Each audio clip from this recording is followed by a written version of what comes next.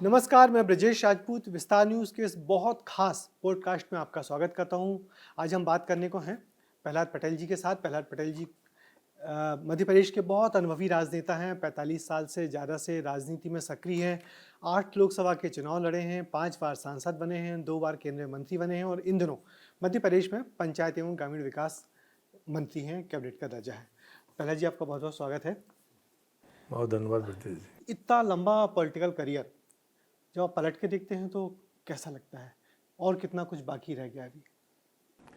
कई बार लगता है कि समय जिस गति के साथ निकलता है वो अगर आप सक्रिय हैं तो पता ही नहीं चलता। तो मुझे लगता है कि जिस कॉलेज में या जिस में पढ़ता था, जिस हॉस्टल में मैं रहता था, आज भी जब वहाँ जाता हूँ और अपने साल गिनता हूँ तो लगता है कि कमाल है कि समय ऐसे निकल गया। 50 साल हमको कॉलेज में गए हुए हो गए, उस हॉस्टल में हम रहते थे, तभी कार्यक्रम हुआ था जबलपुर में। हाँ ठीक, उन्हीं दिनों हम राजनीति में आ गए थे जब हम छात्र संघ अध्यक्ष थे।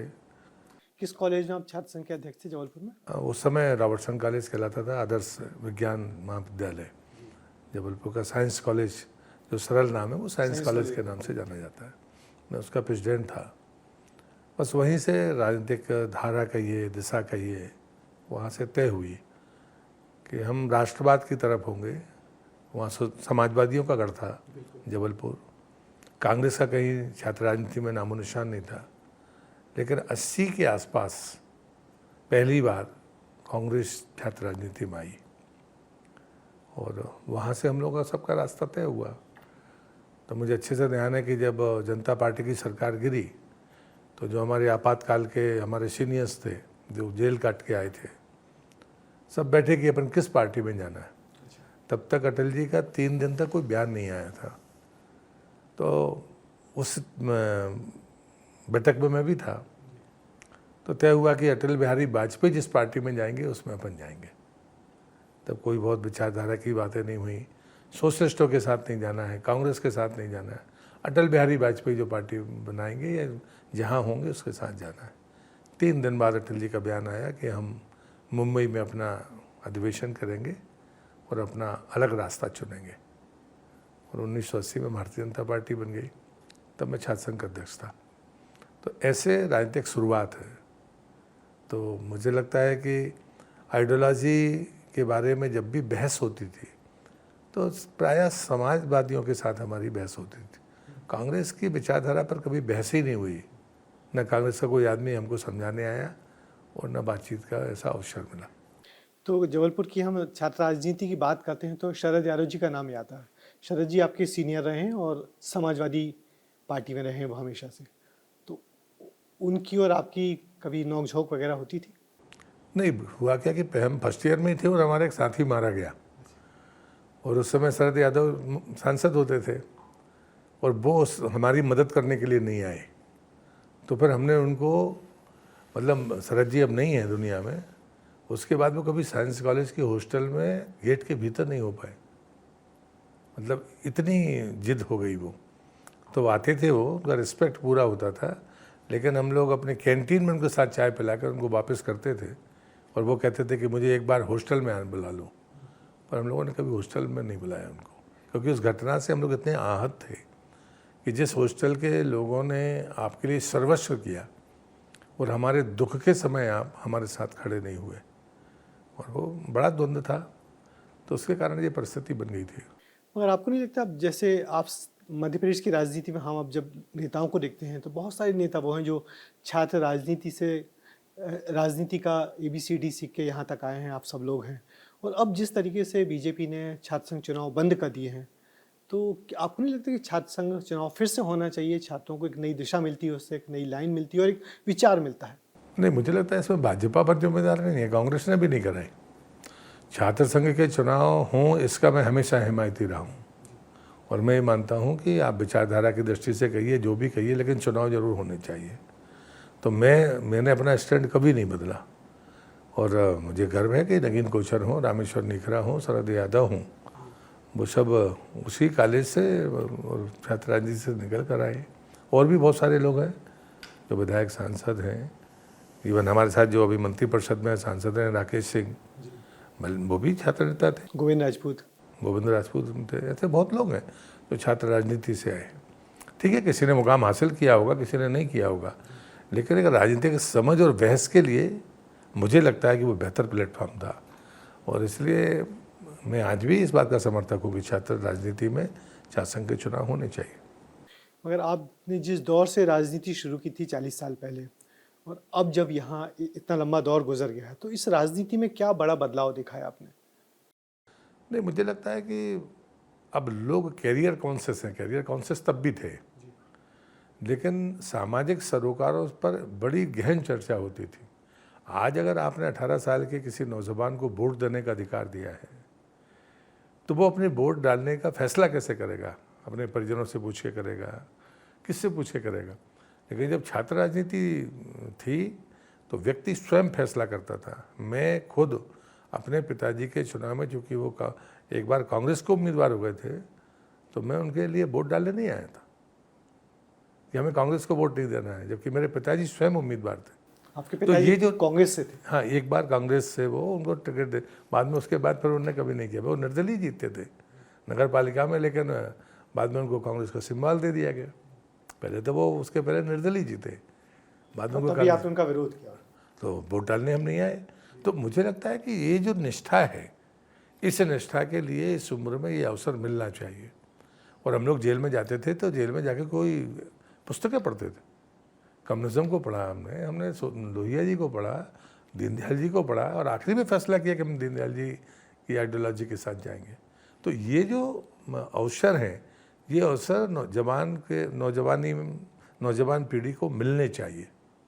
कोई विद्यार्थी परिषद के साथ रहकर राजनीति करना चाहेगा, कोई बाकी जगह पे चाहेगा, लेकिन उसके कारण होंगे कि भाई मेरे परिवार में तो, अगर मैं कहूँ तो मेरे पिताजी कांग्रेस के नेता थे, तो फिर हमने ये रास्ता क्यों चुना?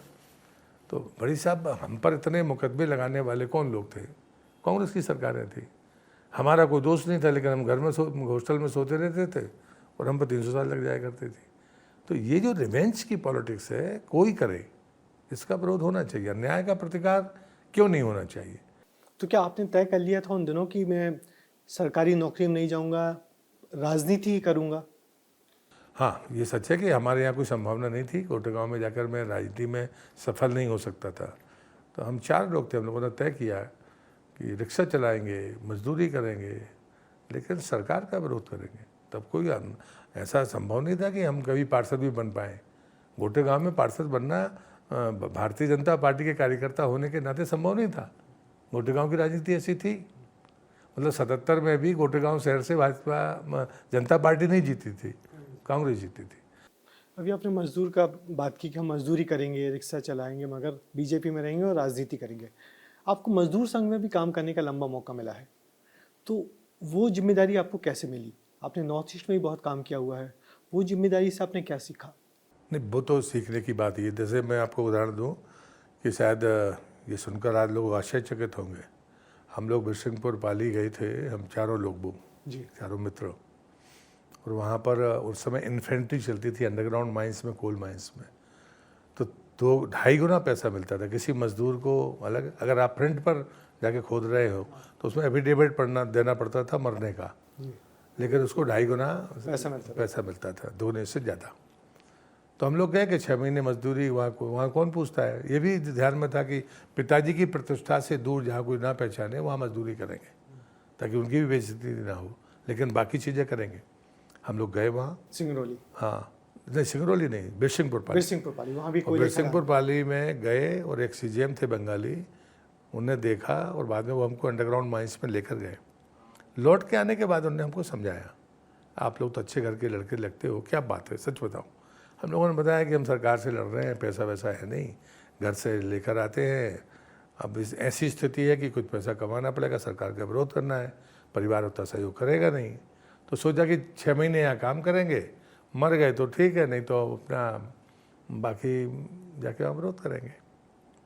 उनने हम लोगों को टिकट का पैसा दिया, नाश्ता कराया और वापस किया। यदि कोई विकल्प ना दिखे तो आना, हम तुम्हें नौकरी ज़रूर देंगे। यहाँ आए तो पार्टी ने हमको यहाँ संयोजक बनाया नरसिंहपुर जिले का, बाद में यहाँ जिलाध्यक्ष बन गए, सारी चीज़ें पीछे छूट गई। लेकिन बाद में हम अटल जी की सरकार में कोयला राज्य मंत्री बने। क्या बात तो मैं वहीं गया और मैंने कहा लोगों से कि यहाँ पर फला रहते थे। लोगों ने कहा हाँ रहते थे, बहुत अच्छे आदमी थे। रिटायरमेंट के 12 वर्ष तक वहाँ रहे। कोल इंडिया ने उनको ये नहीं कहा WCL ने कि आप यहाँ से जाइए, और बोले हाँ वो इस नेचर के व्यक्ति थे। तो हमने लोगों को बताया कि मैं एक माइंस में गया था, मजदूरी करने के लिए आया था यहाँ, आज मैं देश का कोयला राज्य मंत्री हूँ। तो ये राजनीति की ताकत है कि एक पुरुष, एक नवयुवक जहाँ खदान में काम करने की सोच रहा था और बाद में ऐसा वक्त आता है कि वो उस विभाग का सब कुछ बन के उस जगह खुद। मैं रिक्शा चलाना आज भी जानता हूँ। मुझे रिक्शा बाहर को नहीं चला सकता। हम चारों को रिक्शा सीखा कि कभी यूँ तो रात में रिक्शा चलाएंगे, पैसे तो चाहिए ना, लेकिन बेईमानी के पैसे ऐसे नहीं चाहिए। और आपका जबलपुर तो वैसे भी रिक्शे वालों का शहर है। तो हमारे यहाँ कोई जाता नहीं था पचमढ़ी में, हाँ। पर वहाँ एक ठेकेदार थे तो उनके पास रिक्शे थे। तो रिक्शा चलाने की भी आपने सोच रखी थी कि वक्त आएगा तो रिक्शा भी चलाएंगे? हमसे चलाते आता है रिक्शा। क्या बात है, बहुत सुंदर। आपके साथ एक वो चीज़ भी है कि आप आध्यात्म को लेकर बहुत सोचते विचारते हैं। आपने नर्मदा परिक्रमा की है, एक बार नहीं 2 बार की है। तो ये जो परिक्रमा का राजनीति करते करते अचानक उस तरफ रुझान आपका कैसे हो गया? हमारे परिवार में नर्मदा जी के प्रति पीढ़ियों से श्रद्धा थी। हमारे यहाँ सदैव्रत हमारे दादाजी के समय से, हम जब पैदा हुए तब से हमने ये देखा है कि परिक्रमावासियों की सेवा करना है। हम स्कूल जाते थे तो पहले कोई परिक्रमावासी होता था तो उसको दूध देकर आओ फिर स्कूल जाना, या सामान देकर आओ तब जाना। तो ये तो हमारे परिवार की परंपरा थी, इसमें मेरा कोई योगदान नहीं है। तो उन्होंने आपकी ज़िंदगी बदल दी पूरी। और यही मुझे लगता है गुरु का एक सही मायने में जो काम होता है या जो योगदान होता है किसी की ज़िंदगी में, वो यही होता है कि ज़िंदगी बदल दे। तो अब आपको जो विभाग मिला हुआ है, आप तो उसी इलाके के नरसिंहपुर के जहाँ पे हम सब भी हैं, ग्रामीण विकास विभाग, तो क्या लग रहा है आपको अभी इसमें कितना कुछ बदलना बाकी है? मुझे लगता है कि 2-3 चीज़ें भी अगर हम ठीक दिशा में करेंगे तो बेहतर होगा। नंबर 1 इंफ्रास्ट्रक्चर, रोड हो गई है, घर हो गए हैं, लेकिन पंचायत का कार्यालय नहीं है, उसका रिकॉर्ड नहीं है। मेरी पहली धारणा है कि पंचायत एकमात्र देश का सबसे बेहतरीन यूनिट है जहाँ पर रिकॉर्ड सबसे बेहतरीन हो सकता है। वहाँ कोई अपरिचित नहीं है। पीढ़ियों से आप लोगों को जानते हैं, आप पैदा होते से लेकर जब तक वयस्क होते हैं सबको दरवाजे पर आप जाते हैं। तो न्याय करने में दिक्कत क्या है? नियत भर का झगड़ा है। अन्यथा कोई ये नहीं कह सकता कि ये कमज़ोर कौन है और समर्थ कौन है, इसमें उसको निर्णय करना पड़ेगा, इसमें समस्या नहीं है। तो रिकॉर्ड हमारे पास है, ये ज़मीन किसकी है, जिस सरकार की है, ये झाड़ पेड़ है, सब कुछ आपके पास है। पुरखों का क्या है, कितने पुरानी चीज़ें हैं, वो सब आपके पास है। लेकिन आपको किसी पंचायत में रिकॉर्ड रूम नहीं मिलेगा जहाँ सबसे प्रमाणिक रिकॉर्ड रूम हो सकता है। अगर कोई बाहर से आता है मेहमान तो उसका भी हिसाब होता है कि भला घर में 4 मेहमान आए। और लेकिन इस सब के बावजूद भी हम पंचायत को वो सामर्थ्य नहीं दे सके, नंबर 1। दूसरा, मुझे लगता है कि अगर हम वृक्षों को जियो टैग कर दें, इसमें कोई पैसा नहीं होगा। कोई काटेगा तो पता चल जाएगा, 20 साल पुराने वृक्षों को जियो टैग कर दो, मेरी मंशा है। अब काटेगा तो पता चल जाएगा किसने काटा, पंचनामा में बात आएगी। आप बिल्कुल उस पर सजा मत दो, लेकिन जब कभी वृक्ष की कमी आएगी तो रिकॉर्ड में होगा कि इस आदमी ने ये गलत काम किया था। हम कितने लगाएंगे इस पर जोर दे सकते हैं। तो सार्वजनिक संपत्तियों के प्रति हमारी जवाबदेही जो होनी चाहिए वो कहीं ना कहीं मुझे कम दिखती है। तीसरी बात है, हर आदमी भ्रष्टाचार पर बात करता है, और हमारे गुरुदेव कहते थे कि पहले खुद का देखो, खुद ठीक हो क्या, तब दूसरे की तरफ उंगली उठाना। तो पहले खुद को ठीक करना। तो ये पंचायत का यूनिट सबसे बेहतरीन यूनिट है जो लोगों को दिशा दे सकता है। आपके पास एक और विभाग है, श्रम विभाग। तो उसमें भी जो देखा गया कि जो श्रमिकों की जो एक तो कानून बदले हैं, बहुत दिनों से उपेक्षित विभाग रहा है, क्योंकि कोई अच्छा ऐसा मंत्री नहीं मिलता था जो श्रमिकों के बारे में बहुत अच्छे तरीके से सोचे, उनकी समस्याओं को समझे। और हमने फिर ये भी देखा कि श्रम विभाग बहुत उपेक्षित था, उसके बहुत सारे फंड्स अक्सर रुके रहते हैं। आपके विभाग के बहुत सारे फंड्स का कई सालों से वो काम बटे नहीं हैं। तो यहाँ कहाँ दिक्कत हो जाती है? नहीं, मुझे लगता है कि शायद ठीक से गंभीरता से जिन्होंने नहीं देखा होगा तो वो अलग बात है। जब सेस कलेक्शन आप करते हो तो उसका उपयोग करने का बिल्कुल फॉर्मेट है। भारत सरकार का कानून है, सुप्रीम कोर्ट की अपनी दिशा निर्देश है, उसमें कहीं कोई कन्फ्यूजन नहीं है। पहली बात है कि आप पंजीयन करते हैं क्या, आपके पास में जो संख्या है असंगठित क्षेत्र के श्रमिकों की, तो उसके सेक्टर्स हैं, जो भवन संनिर्माण के मजदूर हैं और अटल बिहारी वाजपेयी की समय से उसमें 1% सेस कटने का प्रावधान है, तो उसमें पर्याप्त पैसा है। लेकिन जो दूसरे अनाग्रहित सेक्टर के जितने भी मजदूर हैं उनके कोई सामाजिक सुरक्षा की गारंटी के प्रावधान नहीं है। मध्य प्रदेश ने उसमें अच्छा काम किया था, लेकिन हम वित्तीय प्रबंधन पर लेकर हमने कभी बहुत फोकस नहीं किया। हमें बहुत तय करना था। दूसरे कानूनों की उलझन इतनी थी, यदि आग्नेय सेक्टर में आप जाओगे, फैक्ट्री कानूनों के थे तो इतने कानून थे कि कोई ना कोई वो श्रमिक के खिलाफ चले जाता था या लिटिगेशन में चला जाता था। जब मजदूर के सामने न्यायालय में जाता है तो मजदूर की तरफ से लड़ने वाला कोई नहीं होता, और वहाँ पर पेशी बढ़ गई, अगर 10-20 पेशी बढ़ गई तो इतने में तो उम्र खत्म हो जाती है। तो ये जो कॉम्प्लेक्स था, इसको अगर ठीक किया तो देश के प्रधानमंत्री नरेंद्र मोदी ने किया। अब 4 वॉल्यूम में है। अगर आपको वेलफेयर की बात करनी है तो ये है, आपको सुरक्षा का है तो ये वॉल्यूम है। तो 4 वॉल्यूम में पूरा कानून है। अब अलग से कोई उस पुस्तक के अलावा 5वीं कोई पुस्तक नहीं है। आप उसके भीतर जो भी डिस्कोर्स लेना है, जो भी आपको नियम बनाने हैं, आप करिए। तो मुझे लगता है कि अब वो समस्या नहीं है। मध्य प्रदेश ने कुछ प्रयोग अच्छे किए थे। संबल का प्रयोग मध्य प्रदेश का बहुत अच्छा प्रयोग है कि आम गरीब आदमी जिसके पास 2.5 एकड़ ज़मीन है, वो तो मजदूर से बुरे हालत में रहता है, उसके साथ अगर दुर्घटना हो जाए तो कौन खड़ा होगा। तो जब आप भवन निर्माण के मजदूर की बात करते हो तो सेस का पैसा है उसके पास, उसका बोर्ड है, लेकिन इनके लिए क्या है। तो ये संबल जैसी योजना एक बड़ी योजना थी, लेकिन उसमें सरकार अपना बजट दे रही है। बीच में कांग्रेस बजट भी आ रहा है। हाँ, बीच में कांग्रेस की सरकार आई तो उन्होंने उसको लगभग बंद ही कर दिया था। तो अब वो बैकलॉग बहुत पुराना हो गया है। 1.5 साल आदमी दुर्घटनाग्रस्त हुआ, 1.5 साल पहले, 1.5 साल बाद उसको कोई चीज़ मिल रही है। ये जो बैकलॉग बना, ये भी एक तकलीफदेह चीज़ें थी। अब मध्य प्रदेश में एक और इनोवेशन कुछ आपके विभाग में आने के बाद एक नया काम हुआ कि महिलाएं रात की पाली में काम कर सकती हैं, और पहले इसका विरोध भी हुआ था और इससे लॉ एंड ऑर्डर की सिचुएशन भी माने पनप सकती है कई जगहों पे। तो इसके पीछे क्या वजह रही कि महिलाएं रात में भी काम करें? देखिए, मोदी जी का मानना बड़ा साफ है कि आधी आबादी को आपने घर में बिठा के रखा है। एक प्रकार से 10 कारण आप गिना सकते हो, लेकिन जब उन्होंने कहा कि समूह की महिलाओं ने जो मुकाम हासिल किया वो तो पढ़ी लिखी नहीं थी, और अपने दिन भर के कामकाज करने के बाद 2 घंटे 4 घंटे 6 घंटे जिसका बचता था, उसने जो सफलताएं अर्जित की हैं, तो किसी पढ़ी लिखी महिला को उसकी सुरक्षा की गारंटी के साथ में रात की पाली में काम करने का मौका क्यों नहीं देना चाहिए। अब अगर इसमें करना है, कानून तो हमको बनाना है, लेकिन इम्प्लीमेंट किसको करना है? गृह मंत्रालय को, क्योंकि कानून व्यवस्था उसको देखनी है, रात में उसकी सुरक्षा की गारंटी वो देगा। दूसरा शहरी विकास मंत्रालय है, क्योंकि शहरों के आसपास ही चीज़ें होती हैं और वो बाकी चीज़ें होती हैं। फिर उसके रात के समय में उसकी सुरक्षा भी संकट है, और फिर उसके भोजन का या बाकी चीज़ों के क्या वो होंगी। तो ये चैलेंज नहीं है, ये ज़रूरतें हैं उसकी, तो उसकी जिम्मेदारी हमें लेनी पड़ेगी, सरकार को और प्रशासन को लेनी पड़ेगी। तो मुझे लगता है कि ये मोदी जी का सही फैसला है। मोदी जी देश के प्रधानमंत्री का विश्वास है कि यदि हम तीसरे नंबर की दुनिया की अर्थव्यवस्था बनेंगे तो हम इस महिला शक्ति के कारण बनेंगे। क्योंकि ये सच भी है, मैं अटल जी की एक बात को ध्यान में करता हूँ, जब उन्होंने परमाणु विस्फोट किया था तो अमेरिकन राष्ट्रपति ने बड़ा गुस्सा दिखाया था जी। और बाद में खींच के जब उन्होंने कहा कि आपने सूचना और पूछना कुछ नहीं किया, अंग्रेजी में उसने बोला, इनने हिंदी में कहा कि सूचना किसी को देने की ज़रूरत मैं समझता नहीं है, पूछने का सवाल नहीं पैदा होता। तो उसने कहा कि 100 करोड़ का है भारत को, और कैसे खिलाओगे। तो उन्होंने कहा कि मिस्टर प्रेसिडेंट, आप सिर गिन रहे हैं, आप हाथ गिनिए, 200 करोड़ होते हैं।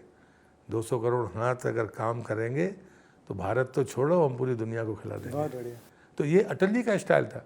तो मुझे लगता है कि खाली हाथ जो बैठेंगे वो खुद का भी नुकसान करेंगे, परिवार का भी करेंगे और देश का भी करेंगे। इसलिए काम में हाथ लगने चाहिए उस दृष्टि से। हाँ, इस बहुत बड़ा वर्ग था, और जो आज मैं समझता हूँ कि ज़्यादा ही शानदार ड्यूटी कर रहा है। मुझे लगता है किन शहरों में काम शुरू हो गया? इंदौर के अलावा रात की पाली में? ये सभी के लिए, कानून पूरे राज्य के लिए है, जो उसको इम्प्लीमेंट करना चाहे वो कर सकता है। एक और बड़ा बदलाव हम लोग जो देख रहे हैं, महिलाओं की बात कर रहे हैं, तो अब आने वाले दिनों में जो महिला आरक्षण बीजेपी सरकार ला रही है, मोदी सरकार ला रही है, उसके लिए तमाम तैयारियां शुरू हो गई हैं। तो महिलाओं के आरक्षण से 33% आरक्षण से महिलाएं जब पार्लियामेंट में आकर बैठी उतनी बड़ी संख्या में, तो उससे क्या बदलाव देख रहे हैं आप? नहीं, मुझे लगता है कि प्रतिनिधित्व तो होना चाहिए। जब आप एक तरफ ये कहते हो कि हम गुलामी की समय की चर्चाएं करते हैं, उसके पहले तो महिला बराबर पर थी। हम ऐसा क्यों मान रहे हैं कि वो एडमिनिस्ट्रेटर नहीं हो सकती? आज IAS हैं, वो आज IPS हैं, आज मेंबर ऑफ पार्लियामेंट हैं, मिनिस्टर्स हैं, साइंटिस्ट हैं, देश की राष्ट्रपति महिला है। तो मुझे लगता है हम बाकी को कमतर क्यों आंक रहे हैं? तो 1/3 अगर वहाँ पर प्रतिनिधित्व रहेगा तो एक 50% का जो वर्ग है उसका आप 1/3 अगर प्रतिनिधित्व देते हो तो मैंने कहा ये तो गर्व की बात है। एक आपका और हम लोग देखते हैं कि आप इन दिनों आप नदियों के किनारे जा रहे हैं, तकरीबन 100 नदियों को उद्गम स्थान पे आप जा चुके हैं, और अभी भी हम लोग आपका कुछ एक नया रूप देख रहे थे। आप धोती पहन के, फावड़ा लेके नदियों के उद्गम के वहाँ आसपास सफाई करते रहते हैं। मैं मानता हूँ कि सेवा के कार्य में हमें ये भी संदेश देना चाहिए कि सब कुछ सरकार नहीं कर सकती, वास्तव में नहीं कर सकती। मैं मंत्री हूँ और वो जहाँ पर वो घाट निकला है वो शताब्दियों पुराना है, अभी पता नहीं मुझे कितने वर्ष पुराना है, लेकिन वहाँ जिनने वो मंदिर बनाया है उनने आंवली घाट में भी मंदिर बनाया है, और नेवारी और एक और कोई भोपाल के जो प्रसिद्ध मंदिर हैं वो भी उन्हीं ने बनाए। और इतना सुंदर घाट है कि होशंगाबाद का सेठानी घाट से टक्कर का घाट है, लेकिन 50 साल से उसने को किसी ने देखा नहीं। बुधनी विधानसभा के वार्ड नंबर 15 में आता है, वो गांव में भी नहीं है, तो मैं कुछ कर नहीं सकता था उसमें। और अगर फिर एस्टीमेट बनता तो वो अगली बरसात तक जाता। हमारे जो साले साहब हैं परिक्रमा में थे, उनने वो काम उन 2 लोगों ने शुरू किया फावड़ा लेके, तो लोग मजाक उड़ा रहे थे, लेकिन उनका संकल्प मजबूत था।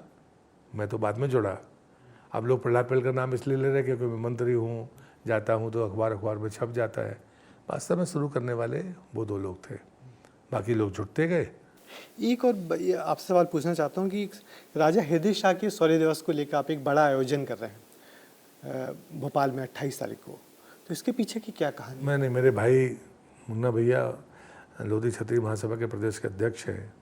हाँ, ये सच है कि 1942 की क्रांति की बात मैंने पार्लियामेंट में सबसे पहले मैंने उठाई थी। 1942 में क्रांति हुई थी। हाँ, 1842 की क्रांति में, 1857 की क्रांति नहीं, 1842 की क्रांति 1857 की क्रांति से ज़्यादा लंबी चली। अच्छा। लेकिन उसका, जिसको बुंदेला विद्रोह कहा जाता है, जी जी, वो 1842 की क्रांति ही, उसकी शुरुआत करने वाले राजा हृदय शाह लोधी थे। बुंदेलाओं ने तो उनको गिरफ्तार करवाया था पहले, इतिहास उसका प्रमाण है।